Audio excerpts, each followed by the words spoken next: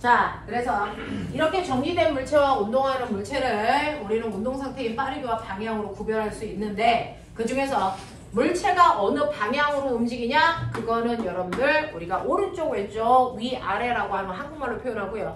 계산할 때는 플러스와 마이너스의 기호로 서로 반대 방향의 운동 방향을 표현합니다. 라고 했고요. 빠르기라고 하는 거 일정한 시간 동안에 얼마만큼 갔냐? 라고 하는 여러분들이 아시는 빠르기요. 빠르기는 일정한 시간 동안에 그 물체의 위치 변화값으로 계산한 거죠. 자, 근데 우리 알아요. 물체가 움직일 때요. 앞쪽으로 10m 가다가 뒤로 백해서 4m 오는데 2초라는 시간이 걸렸다고 치자. 라고 할 때 이 2초라는 시간 동안에 이 물체에 여러분들이 알아두셔야 되는 위치 변화량을 표현할 수 있는데 위치 변화량은 두 가지죠. 뭐하고 뭘로 표현할 수 있니? 크기만을 가지고 있는 스칼라 값인 이동 거리와 크기와 방향을 다 가지고 있는 벡터 값인 뭐로 표현할 수 있다? 변위로 표현할 수 있다. 자, 그렇다면 꼬맹아 이동 거리는 크기만 쓰면 되죠. 근데 변위는 크기와 방향을 다 말해야 되죠. 됐죠? 얘 이동 거리 얼마입니까? 얘 이동 거리 얼마입니까? 얼마입니까? 이런 이동 거리 얼마입니까? 크기밖에 없어. 방향은 무시해. 라는 거죠. 그럼 얼마입니까? 14m입니다. 됐어. 변이 얼마입니까? 네. 방향 고려해서 표현해야 되죠. 얼마입니까? 얼마? 플러스 6으로 쓰시면 틀립니다. 왜? 이 플러스를 네가 어느 방향을 플러스로 했는지 채점자는 몰라요. 그러니 계산은 뿔마로 하되 됐죠? 네. 말할 때는 앞뒤 또는 오른쪽 왼쪽으로 표현하시는 게 맞습니다. 됐죠? 자, 그럼 얘는 어느 쪽 방향으로? 오른쪽으로. 네. 오른쪽 방향으로 몇 미터 갔어요? 6미터 갔어요. 이렇게 표현하는 게 맞죠. 되겠어? 네. 이렇게 표현한다. 라고 하는 내가 너네한테 변이 구하는 걸 새삼스럽게 다시 설명할 필요 없는 사람들끼리 모여있는 거야. 맞죠? 네. 자, 그 다음에 이런 식으로 크기와 그 변이와 이동거리를 표현하면 그거를 걸린 시간으로 나누면 여러분들이 알고 있는 빠르기가 나와. 그 빠르기를 여러분들이 알고 있는 것처럼 이동 거리를 시간으로 나눈 빠르기 뭐라고 했지? 이 새끼들이 진짜 속력. 자, 변이를 시간으로 나눈 빠르기. 그렇지 내 새끼들아. 이거 속도야. 근데 너네 알지? 변이는 방향을 갖는 벡터 값이기 때문에 이걸로 계산한 속도도 방향을 갖는 벡터 값이야. 예를 들어 변이가 얼마였어? 오른쪽으로 6인데 그걸 걸린 시간 2초로 나눠. 자, 방향은 방향끼리 계산, 숫자는 숫자끼리 계산, 단위는 단위끼리 계산이라서 속도도 방향이 생겼죠? 얼마? 오른쪽 방향. 맞습니까? 자, 빠르기 얼마? 3입니다. 라고 하는 거죠. 근데 이동거리는 방향이 없는 스칼라 값이야. 그래서 14m를 가는데 2초라는 시간이 걸렸기 때문에 방향이라는 게 생길 수 없어요. 그래서 얘 빠르기 속력은 7m/초예요. 우리 이렇게 얘기하죠. 됐죠? 자, 그래놓고 사고를 하자. 그러면 똑같은 물체의 움직임을 계산했는데 속력은 7이고 속도는 3이래. 속력의 크기가 훨씬 컸어. 왜 그렇다고 그랬지? 네. 물체가 움직이는 동안 방향을 한 번이라도 바꾸는 그 순간부터 됐어. 이동거리가 변이보다 크게 되고 그 순간부터 속력이 속도보다 크게 나타날 수밖에 없다. 그래서 같은 물체의 빠르기를 얘기했는데 속력이 컸다는 얘기는 이 새끼는 가다가 한 번 이상 방향 바꿨네 이 뜻이라고요. 무슨 말인지 알겠어? 그래서 각 값에 차이가 나타나는 의미도 인지하고 있어야 돼. 됐죠? 자, 이런 식으로 물체의 빠르기를 나타낼 때 우리가 알고 있다. 이렇게 그럼 움직인다고 쳐. 자, 그럼 움직이는 물체의 빠르기의 종류가 있겠죠. 운동 상태의 종류가 있죠. 자, 우리는 움직이는 물체가 가지고 있는 특징 운동 상태라고 하고 운동 상태는 빠방이라고 했다. 근데 맨 처음에 물체가 오른쪽으로 2의 빠르기로 갔었는데 시간이 지나서 나중에 됐을 때 빠방을 보니까 여전히 오른쪽으로 2가. 운동 상태 좀 바뀐 게 있다 없다? 없다. 자, 그래서 운동 중에는 아무리 움직여도요 안 변하는 운동을 하는 경우가 존재합니다. 지금처럼. 이렇게 아무것도 안 변하는 운동을 우리 뭐라 그랬다? 등소, 직선 운동. 맞아요. 아무것도 안 바뀐다는 얘기는 빠르게 안 바뀌어요. 그래서 등소. 방향도 안 바뀌어요. 직선. 그래서 우린 중3 때 이걸 등속직선 운동이라고 교과에 나옵니다. 자, 이 단어는 중3 용어. 고1 용어는 뭡니까? 고등학교 때부터 등속직선 운동이라는 단어를 안 씁니다. 이거를 한 글자 줄여 5글자로 표현합니다. 뭐라고 합니까? 이걸 등속도 운동이라고 하죠. 같은 말. 됐어? 자, 근데 너네 알아? 어떤 애가 가다가 아무것도 안 바뀌어? 이유가 있겠죠. 용준, 물체가 운동하는데 아무것도 안 바뀌어. 이유가 뭘까?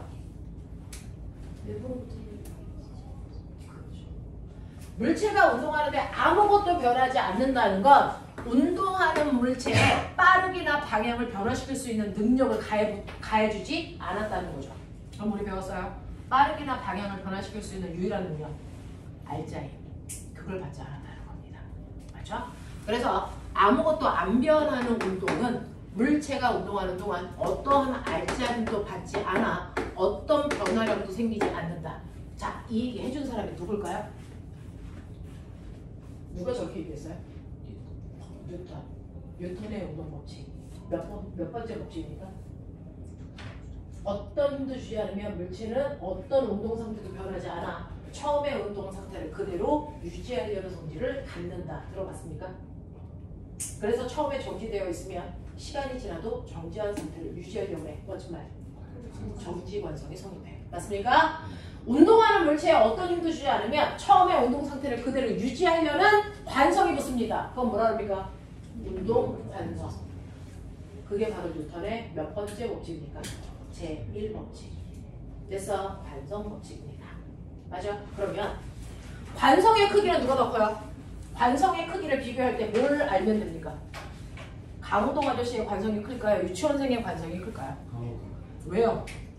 관성의 크기가 곧 병실. 질량입니다. 그래서 관성의 크기는 질량입니다. 그래서 강호동 아저씨의 질량이 100이고 유치원생이 20kg이라면 강호동 아저씨가 유치원생에 비해서 관성이 5배나 크기 때문에 강호동 아저씨가 이렇게 얼음판에 앉아있어요. 유치원생이 이렇게 얼음판에 앉아있어요. 근데 강호동 아저씨는 100kg이고요. 유치원생은 20kg입니다. 그럼 나 안 갈 거야. 버티는 힘이 강호동이 5배 크다고요. 알겠습니까? 네, 관성의 크기는 질량입니다. 그 관성이라고 하는 아무것도 안 바뀌는 운동을 설명한 사람이 바로 뉴턴입니다. 그래서 뉴턴의 운동 법칙. 뉴턴의 운동 법칙 중에 알짜힘을 받지 않으면 어떤 변화라도 생기지 않아 등속도 운동밖에 할 수 없다. 또는 정지한 상태를 유지할 수밖에 없다. 이게 뉴턴의 제1법칙이었습니다. 맞죠? 그러면서 머릿속에 넣으세요. 관성의 크기가 질량입니다. 그래서 질량은 관성의 크기를 측정한 값이다. 이겁니다. 자, 근데 어떤 물체가 있어요? 자, 그 물체가 있는데 처음에 오른쪽 방향으로 2의 빠르기로 가다가 시간이 지났는데 얘가 오른쪽 방향으로 10의 빠르기로 갑니다. 변했나요? 안 변했나요? 변했어? 안 변했어? 뭐가 바뀌었어? 빠르기만 바뀌었습니다. 됐죠? 자, 이렇게 빠르기만 바뀐다. 오른쪽으로 2의 빠르기로 가던 아이가 시간이 지나니까 2의 빠르기로 맞습니다. 근데 갑자기 아래쪽으로 갑니다. 변했니 안 변했니? 변했어요. 뭐가 바뀌었습니까? 그렇죠. 방향만 바뀌었습니다. 오른쪽으로 2의 빠르기로 가던 아이가 시간이 지나니까 10의 빠르기로 돼서 위쪽으로 갑니다. 뭐가 바뀌었습니까? 다 바뀌었죠. 방향과 빠르기가 모두 다 변했습니다.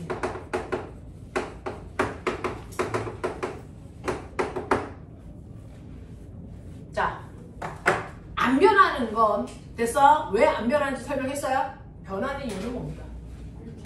그렇죠. 알짜힘을 받았기 때문이죠. 물체가 운동하는 동안 뭔가가 변했다면 반드시 그 변화시킬 원인을 받았다는 건데 그게 바로 알짜힘입니다. 됐죠? 빠르기든 방향이든 뭔가를 변화시키기 위한 유일한 능력 알짜힘이에요. 그 알짜힘을 받았기 때문에 변화량이 생겨. 그 물체의 변화량을 우리 뭐라 그런다? 가속도라고 한다. 맞습니까? 빠르기가 바뀌던 방향이 바뀌던 그 변화된 변화량을 우린 가속도라고 해서 측정하죠. 됐죠? 그래서 R자 힘을 주면 가속도는 반드시 생깁니다. 자, 그럼 나 이때 첫 번째 질문. 그러면 어떻게 하면 빠르기만 바뀌게 할 수 있어? 물체가 오른쪽으로 가고 있어요. 이의 빠르기로. 어떻게 하면 빠르기만 바뀌게 할 수 있니? 방법. 물체가 이동하는 방향과 평행하게 힘을 줘. 그렇죠. 빠르기만 바뀌게 하려면 조건이 있습니다. 힘을 줘야 됩니다. 반드시. 그죠? 근데 그 힘을 운동 방향과 같은 방향 또는 반대 방향으로만 줘야 됩니다. 그러면 예를 들어봐. 운동 방향과 같은 방향으로 힘을 받아서 빠르기가 빨라지는 대표적인 예. 교과서에 있는 거. 자유낙하입니다. 맞아요. 자유낙하하는 물체는요. 지구가 얘를 아래로 잡아당기는 중력이라는 힘을 받는데 운동 방향도 아래죠. 그래서 운동 방향과 힘의 방향이 같으니까 점점 빨라지는 겁니다. 알겠어? 네.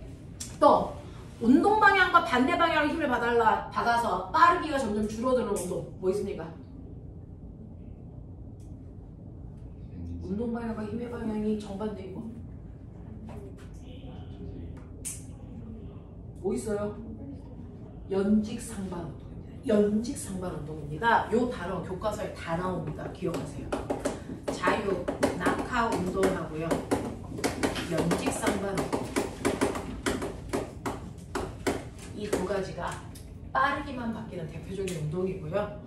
자유낙하는 힘의 방향과 운동 방향이 같아서 빠르기가 점점 빨라지는 운동. 연직상반 운동은 빠르기와 힘의 방향이 반대라서 빠르기가 점점 줄어드는 운동을 얘기합니다. 그래서 연직상반은 빠르기만 바뀝니다. 그래서 속력이 0이 나기까지 올라갑니다. 됐죠? 방향만 바뀌는 대표적인 운동. 등속. 원운동이죠. 그럼 걔는 힘을 어떻게 줘야 돼? 오른쪽으로 2의 빠르기로 가고 있었는데 이번에는 빠르기는 안 바뀌게 할 거야. 방향만 바뀌게 할 거야. 어떻게 R자 힘을 줘야 되니? 그렇죠. 운동 방향과 수직한 방향으로 힘을 줘야 됩니다. 정확하게 90도 방향으로 힘을 줘야만 방향만 틀 수 있어요. 자, 그 대표적인 운동이 바로 등속 원운동입니다. 등속 원운동은 물체에다가 실을 매달아 뺑글뺑글 돌고 있을 때 물체가 가려는 운동 방향은 원의 접선 방향이 물체가 원래 가려는 운동 방향이고요. 힘은 그것과 90도 방향, 원의 중심 방향으로 힘이 작용하고 있어요. 매 순간. 모든 점에서. 알겠어요? 네, 그래서 방향만 틀 수 있습니다. 라고 하는 거였어요. 자, 그러면 방향과 빠르게 동시에 바뀌는 운동 뭐 있어? 이게 포물선 운동. 맞아? 또 이렇게 포물선이죠? 거꾸로 그려. 이렇게 움직이는 애도 있어. 진자 운동. 그럼 어떻게 하면 빠르게 방향을 다 바꾸게 할 수 있을까? 평행이랑 90도 빼고. 평행이랑 90도 뺀 나머지 방향. 우리 앞에서 했잖아요. 무슨 방향? 비스듬한 방향.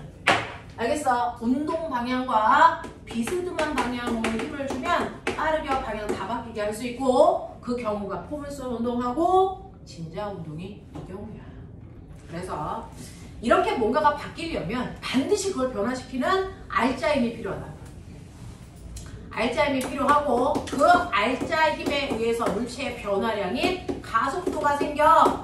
그 가속도를 구하는 방법은 질량분의 R자 힘의 크기야. 이렇게 얘기한 게 바로 뉴턴이죠. 뉴턴의 운동 법칙 중에 몇 번째 법칙?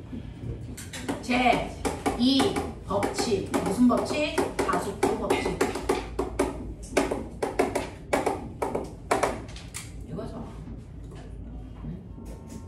그러면 뉴턴의 운동 법칙 중에 마지막 법칙, 제3법칙 뭐냐? 작용 반작용의 법칙. 모든 힘은 항상 말해. 모든 힘은 항상 쌍으로 작용한다. 되겠습니까? 뉴턴의 운동 법칙 중에 마지막 법칙이 모든 힘은 항상 쌍으로 작용한다. 쌍으로 작용한다는 건 힘 몇 개가 작용한다는 거야? 2개의 힘이 동시에 생겨. 이 얘기잖아요. 그래서 뉴턴의 운동 법칙 중에 제3법칙 작용 반작용의 법칙.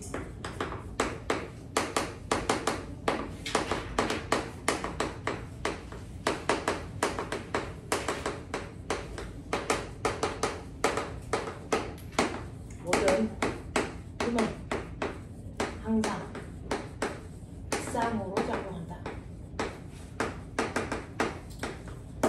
그럼 모든 힘을 항상 쌍으로 작용하니까 두 개의 힘이 동시에 작용한다는 건데 그 중에서 하나의 힘을 뭐라고 부를 거야? 작용이라고 부른다면 또 다른 힘은 뭐라고 부를 거야? 반작용이라고 부를래? 이렇게 얘기한 거야. 자, 그 중에서 우리가 그 유명한 중력이라고 하는 힘이 있어. 자, 물체를 됐어. 네. 자, 물체에 중력이 작용해 라고 하자. 자, 그럼 중력을 풀어서 얘기하면 뭡니까? 지구가 물체를 10N의 힘으로 당긴다. 이게 물체가 받는 중력이라면 힘의 반작용 말해. 반작용은요, 주어와 목적어의 위치만 바뀔 뿐 새로운 단어는 절대 등장할 수 없어요. 그래서 물체가 누구를? 지구를 얼마? 16N의 힘으로 당기는 힘이 작용합니다. 됐죠? 자, 그랬을 때 이 F1과 F2 합력 구할 수 있다 없다? 구할 수 있다 없다? F1과 F2 두 힘은 합력을 구할 수 있는 힘 없는 힘? 절대 없는 힘. 왜? 힘을 받는 물체가 다르기 때문에 합력을 구할 수 없다. 그러면 우리가 알고 있는 것처럼 하나의 물체에 오른쪽으로 10N, 왼쪽으로 10N 이 두 힘을 합력 구할 수 있어 없어? 있어. 왜? 같은 물체에 적용하니까. 그러면 합력 구했더니 합력이 얼마야? 0. 이렇게 합력을 0 만드는 두 힘의 관계는 작용 반작용이 아니죠? 이 힘의 관계는 뭡니까? 힘의 평형 관계의 두 힘이고요. 얘네들은 작용 반작용의 두 힘이다. 모든 힘은 항상 작용의 힘과 반작용의 힘이 동시에 나타난다 라고 하는 겁니다. 자, 그것 때문에 물체의 운동 어떻게 일어났는지 선생님이 설명을 했었는데요.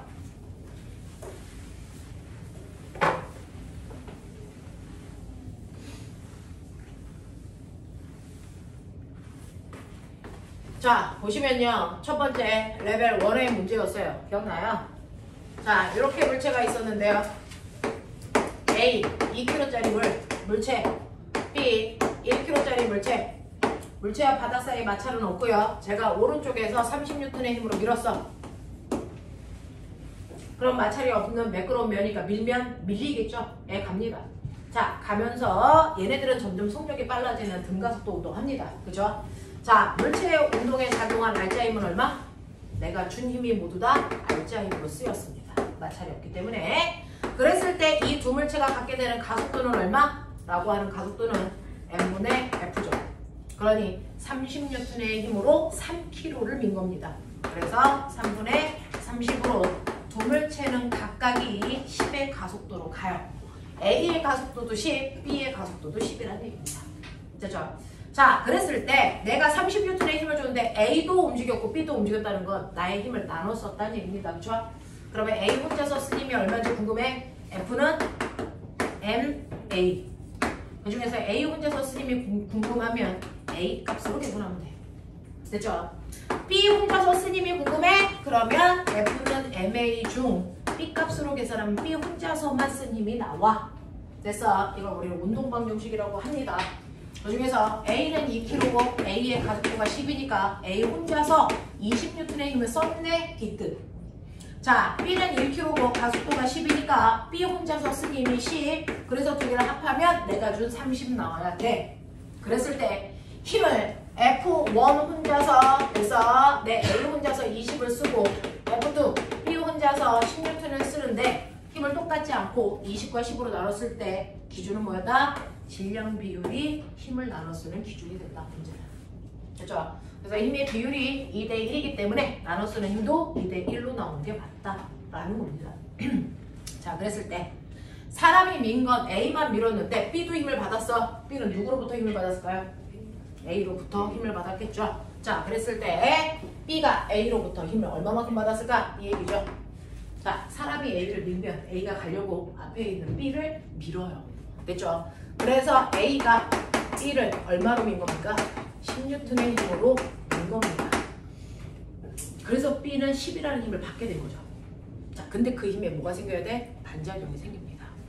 그러니 A가 B를 10N의 힘으로 미는 순간 누가 누굴 밉니까? B가 A를 거꾸로 얼마로 밉니까? 10N의 힘으로 밀죠. 그러면 결국 A에 걸려있는 작용점 몇 개? 2개. 합력 얼마? 25조. 맞아요. B가 받은 힘 얼마? 10N. 어느 쪽? 오른쪽. 그래서 둘 다 움직여요. 이게 되는 거죠. 그래서 마지막 A와 B 사이에는 작용 반작용이라는 힘이 10N만큼 생겼습니다. 이렇게 설명했어요. 이해해요? 선생님하고 원 끝나기 얼마 안 된 친구들이라 뭐 똑같은 거 반복 빠른 속도로 하면 되죠. 처음 듣는 게 아니니까. 이렇게 해서 머릿속에서 끄집어낼 수 있는 능력이니까. 그러면 선생님이 이 수업하면서 여러분들한테 물어봤던 거 기억나죠? 이렇게 A 2kg 온 거 맞습니다. B 1kg 온 거 맞습니다. 마찰 없는 거 맞습니다. 단지 미는 방향만 이쪽에서 30 줍니다. 바뀌는 게 1번부터 5번까지 중에서 있나요?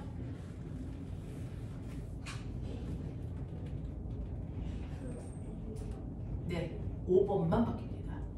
물론 움직이는 방향이 바뀌겠지만 크기가 달라지는 건 5번만 크기가 바뀝니다. 자, 첫 번째. 왼쪽에서 밀어도 R자임 30이라서 가속도는 그대로 10일 수밖에 없고요. 그렇다면 힘을 30을 질량 비율로 배분하니까 얘가 20, 10 쓰는 거 맞습니다. 근데 문제는 됐어. 맨 처음에 30을 받은 B가 앞으로 가려고 큰 형아를 얼마로 밀었다고요? 20으로 밉니다. 그죠? 그래서 A는 20의 힘을 받게 된 거죠. 그리고 나면 이 힘의 반작용으로 A가 B를 20으로 밀어. 그래서 A가 쓸 수 있는 힘은 10밖에 안 남았어. 이 얘기죠. 그러니까 건너간 힘이 얼마입니까? 20입니다. 그래서 이때 작용, 반작용은 10이 아니고 20으로 바뀐다. 이렇게 했었어요. 그러면서 제가 느끼라 그랬죠. 작용, 반작용 서로 주고받는 이 힘은 일단 힘을 직접 받은 A가 자기가 필요한 힘을 빼고 나머지를 주고받고 하는 거다. 그래서 힘을 직접 받은 이 경우에는 B가 힘을 직접 받았죠. 자, 힘을 직접 받은 B가 자기가 운동할 때 왜 필요한 힘을 빼고 나머지 힘을 주고받고 하는 데 쓴 거다. 알겠어? 이렇게 생각하는 게 제일 편하다 라고 얘기했습니다. 근데 이 사이에 얘네들 사이에 이렇게 실을 매달면 실을 매달고요. 제가 여기서 30N의 힘으로 당긴다고 치자. 그러면 건너가야 되는 힘은 똑같이 얼마인 거 맞습니까? 20. 근데 직접 건너가지 않고 뭘 타고 갑니까? 실을 타고 건너가서 실에 걸려있는 장력이 20이다 라고만 얘기하시면 돼요. 맞아요. 만약에 이쪽에서 잘못하겠다. 그래도 얘가 20을 쓸 거고 얼마가 건너가니? 10이 건너가죠? 뭐 타고 갑니까? 실 타고 갑니다. 됐죠? 네, 이렇게 되는 거. 이거 기억하시면 되고 만약에 얘가 레벨 3 만약에 이렇게 되어 있어. 기억나? 이게 레벨 3였던 거. 됐죠? 2kg짜리 물체 있어.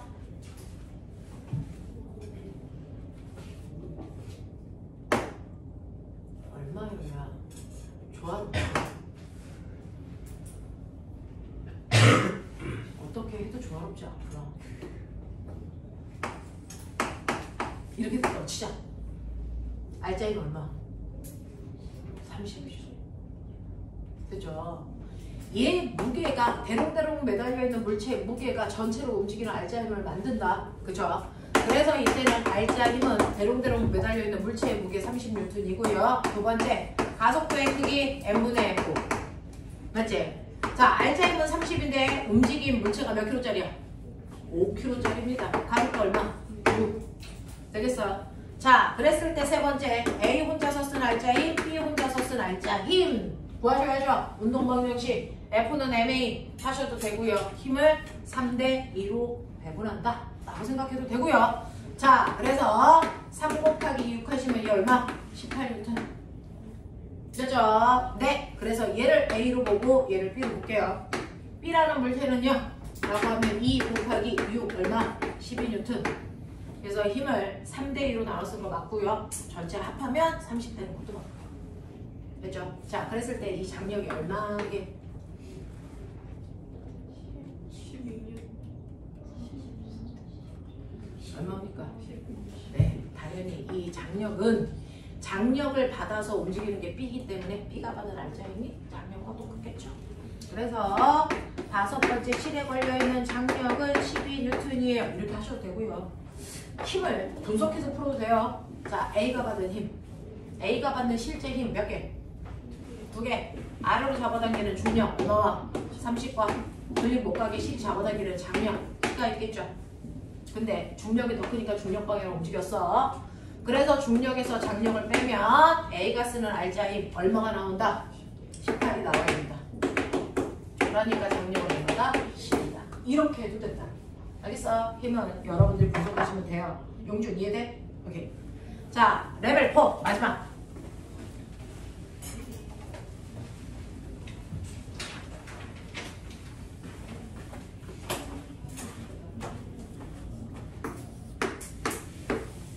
네 달 전에 배웠다. 기억 못하면 뒤진다.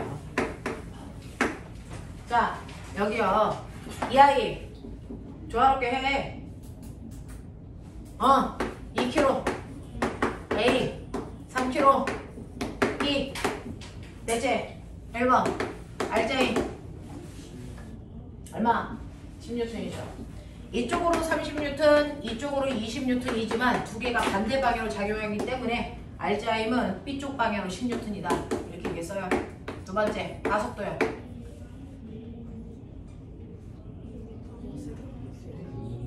n분의 F잖아요. 5kg를 10N이면 땡겼으니까 이겠죠. 응? 자, A 혼자서 쓴 알자임. 네. F는 ML 4. B 혼자서 쓰는 알자임 얼마? 6. 질량비로 나눠 쓴 거 맞죠? 네. 장력이 얼마입니까? 자, 이제 걸렸다. 해라.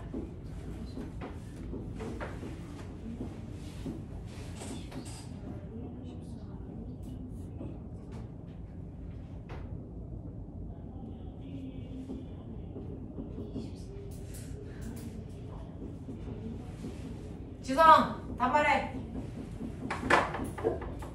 빨리 얘기해. 그렇죠.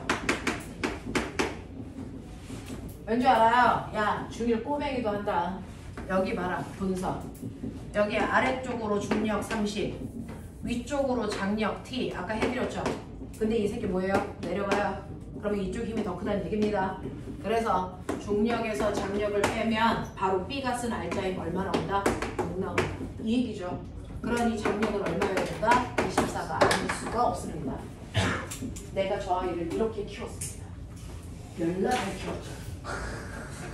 저의 결과물. 자, 자, 이렇게 된다. 맞아? 여기까지 되겠어? 오케이. 자, 그래서 물체의 운동과 알자임 사이의 관계를 설명한 게 뉴턴의 운동 법칙. 납득하죠? 여기까지였고요. 그 다음. 그러면 이러한 뉴턴의 운동 법칙에 의해서 물체가 이렇게 움직일 겁니다. 자, 움직일 때 움직이고 있는 물체는 질량도 있고 속력도 있고 방향도 있어. 자, 그러니까 질량과 속도를 가지고 있다는 얘기죠. 자, 질량과 속도를 가지고 있는 물체는 이러한 운동량을 갖습니다. 움직이는 물체가 가지고 있는 고유한 양을 운동량이라고 한다.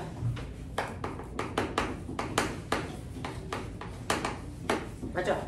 자, 운동량은 스칼라니 벡터니? 운동량은 방향 있다 없다? 있다. 벡터입니다. 운동량 구하는 식 MVP 기억나냐? MVP 됐죠? 그래서 얘는 MV입니다. MV 곱하면 P 나오죠? MVP 못 외우면 병신이 어딨어? 이때 됐죠? 이 M은 질량일 건데 질량은 어차피 스칼라야. 양만 있어. 방향은 없어. 자, 문제는 V야. V가 속력일까 속도일까? 속도라서 운동량이 벡터 값이 되는 거죠. 그래서 얘는 방향을 가지는 속도로 보시는 게 맞다. 이렇게 얘기했죠. 자, 그래서 내가 벽에다 공을 던진다.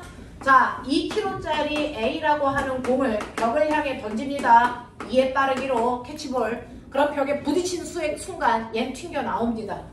자, 우연히도 같은 빠르기로 튕겨 나왔다고 하자. 운동량의 변화량. 운동량의 변화량. 얼마?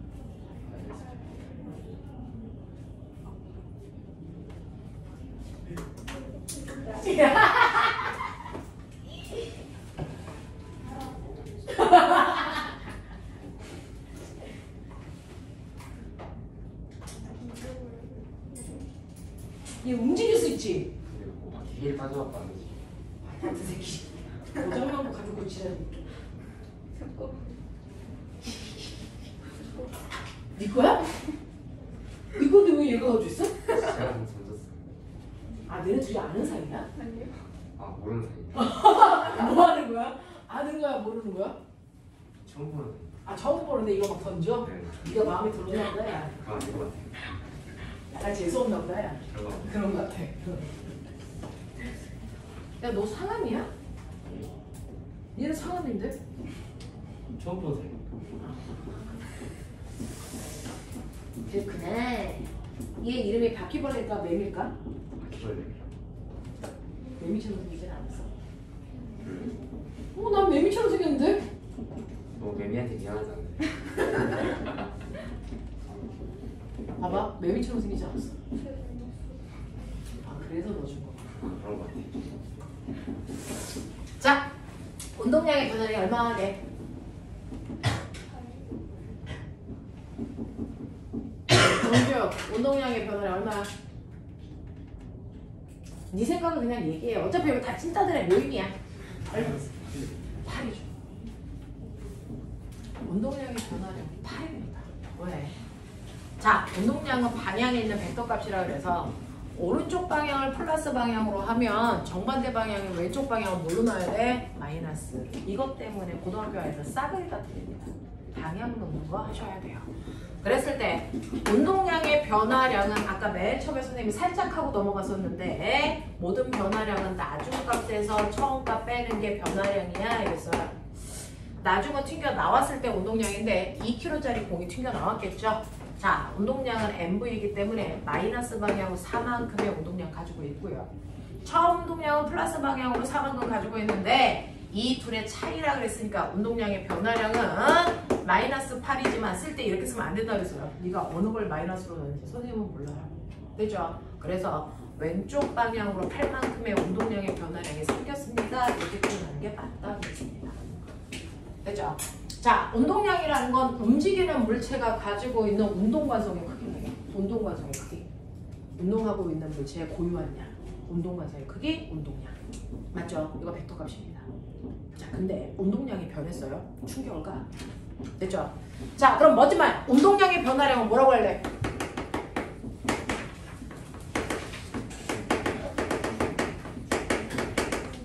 준우야, 운동량의 변화량 뭐라고 할래? 그렇죠. 이걸 우리는 충격량이라고 부르기로 약속했었습니다. 됐죠? 그래서 충격량이라는 I는요, 운동량의 변화량으로 계산하시면 되고요. 운동량의 변화량은 나중 운동량에서 처음 운동량을 뺀 건데, 어떤 물체는 운동량의 변화량이 크고요. 어떤 물체는 운동량의 변화량이 작단 말이죠. 이 운동량의 변화량을 결정하는 건 사실은 부딪히는 순간에 서로 주고받는 힘의 크기에 의해 결정되고요. 그 힘을 얼마나 오랜 시간 동안 받았냐에 따라서 운동량의 변화량이 결정된다라고 하는 원인도 알 수 있죠. 그래서 여러분들이 알고 있는 것처럼 운동량의 변화량의 충격량은 FT에 의해서 결정된다. FT 아일랜드 외웠잖아요? 그쵸? F는 방향이 있니 없니? 있죠? 이게 벡터 값의 대표적인 아니에요? 그러니 충격량도 방향이 있죠.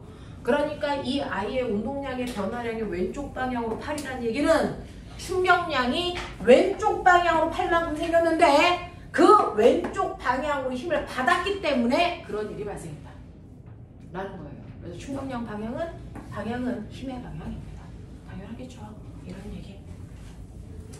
알겠어? 네. 자, 그래서 운동량과 충격량의 관계도 여러분들 좀 볼 수가 있으시고요. 됐죠? 자, 그 중에서 기억나냐? 충격량을 나타내는 그래프.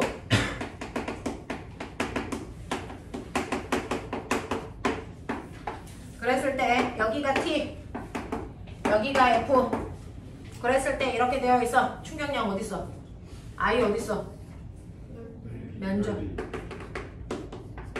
맞아. 네. 그랬을 때 실제 모습은 이렇게 그려져요. 이게 I 또는 운동량의 변화량. 그랬을 때 우리가 구하는 F라는 값은 제일 큰 값. 이게 F로 우리가 구한 평균 힘의 크기였다 맞아. 이렇게 했었어요. 자, 근데 이렇게 서로 다른 물체가 꽝 하고 부딪힐 때, 자, 꼬맹아 보시면 시간 다 빼서 A라는 물체가 있어요. A라는 물체가 4kg짜리 물체가 전기되어 있고요. 자, 꼬맹이가 여기서 굴러오고 있어요. 되죠? 네, 2kg짜리가 2의 빠르기로 오고 있다가 두 개가 쾅 하고 충돌할 겁니다. 이게 충돌하기 전, 그리고 나서 충돌을 하게 되겠죠. 자, 그때 달려오던 B가요, A를 확 하고 밀면서 빨리 가 이 새끼야! 그리고 밀어요. 그럼 이때 작용 반작용이 생기겠죠. B가 A를 밀면 A가 B를 뭐한다? 민다. 누가 더 세게 미니? 4kg가 2kg가 아니면 움직이던 애가 멈춰있던 애가 누가 더 세게 미니? 똑같죠? 작용 반작용이에요. 힘의 크기 같아야 된다고요. 그러면 같은 크기의 힘을 줘서 서로 밀 건데 B가 A를 1초 동안 밀어서 A가 B를 몇 초 동안 밉니까? 1초 동안 밀죠. 서로 접촉 시간 똑같습니다. 그렇다면 결론, 충돌하는 그 모든 물체의 충돌에서는 같은 크기의 힘을 같은 시간 동안에 주고받아요. 멋진 말, FT가 똑같아? 더 멋진 말, 충격량이 같아요. 모든 물체는 충돌할 때 충격량이 똑같습니다. 됐죠? 네, 그러니 운동량의 변화량이 똑같아야 된다는 얘기입니다. 그러니 A의 운동량의 변화량과 B의 운동량의 변화량은 언제나 같아야 됩니다. 충돌할 때. 단지 힘을 받은 방향이 하나는 왼쪽, 하나는 오른쪽이라서 힘의 방향이 반대이기 때문에 운동량의 변화량 방향이 반대인 것 뿐이다. 알겠어? 자, 그랬을 때 A의 운동량의 변화량은요, 당연히 A의 나중 운동량에서 A의 처음 운동량을 뺏어시겠죠. 자, B의 운동량의 변화량도 B의 나중 운동량에서 B의 처음 운동량을 뺀값이겠죠? 자, 근데 내가 산수적으로 계산하려고 얘 방향이 반대여서 마이너스 붙였었으니까 마이너스 열어야죠? 가로 벗길게요. 그럼 이런 모습이에요. 그렇죠? 그랬을 때 나중 운동량끼리, 처음 운동량끼리 모이시면 결론 A와 B의 나중 운동량의 합은 A와 B의 처음 운동량의 합이랑 언제나 같아야 된다라는 꼬라지가 나옵니다. 이걸 우리 뭐라 그랬다? 운동량 보존 법칙이라고 했어요. 그래서 이렇게 충돌 전과 충돌 후에 운동량이 같아야 되기 때문에 만약에 충돌이 끝난 후 A가 왼쪽으로 힘을 받았으니까 A는 왼쪽으로 가겠죠? 4kg짜리 A가 됐죠? 얼마의 빠르기로 간다면 얘가 3의 빠르기로 간다면 B라는 물체는 갈까 안 갈까? 간다면 어느 방향으로 얼마나 빠르게 갈까? 이게 판단이 돼요. 됐죠? 왜? 충돌하기 전에 A의 운동량은 멈춰 있었으니까 0입니다. 그죠? B는요, 왼쪽이 마이너스 방향으로 가고 있었다고 치자. 자, B의 운동량은 마사야. 그래서 합하면 얼마입니까? 마사야. 그게 충돌 후에도 마이너스 4인 상태를 유지해야 돼. 맞지? 네. 자, 그랬을 때 B가 왼쪽 방향이 마이너스 방향으로 갑니다. 얼마로? 마이너스 12로. 납득? 근데 마사가 돼야 돼. 그럼 B의 운동량이 얼마여야 되니? 뿔 8이어야 되죠. 그럼 B도 운동량을 가지고 있으니까 운동을 합니다. 근데 어느 방향? 플러스 방향인 오른쪽으로 갑니다. 근데 B의 질량이 2kg니까 얘가 가는 빠르기가 무려 얼마여야 됩니까? 4로 갑니다. 알겠어? 라고 하는 게 나오죠. 이런 식으로 충돌하기 전과 충돌 후의 운동량은 항상 같아야 되는 이유가 충돌할 때 작용 반작용의 두 힘이 작용했기 때문이다. 알겠어? 이걸 멋진 말로 뭐라 한다고? 운동량 보존 법칙. 알겠습니다. 네. 그래서 선생님이 지금 수업 시간에 간단하게 원에 해당되는 거를 대단히 속사포로 쏟아냈습니다. 거기에 해당되는 문제들을 자기네들이 집에 가서 풀어가지고 오시면 되는데, 자, 할 수 있는 문제를 하시고요. 할 수 없는 문제는 체크해서 가져오시면 되는데 25페이지까지입니다. 이제 학교에서 방학해서 엄청나게 심심한 거 알고 있습니다. 그러니 심심하지 않게 선생님이 적당량 숙제를 드리려고 노력합니다. 잘한다. 자, 여기까지 하겠습니다. 절대 심심하지 않게 해드릴게요. 걱정하지 마세요.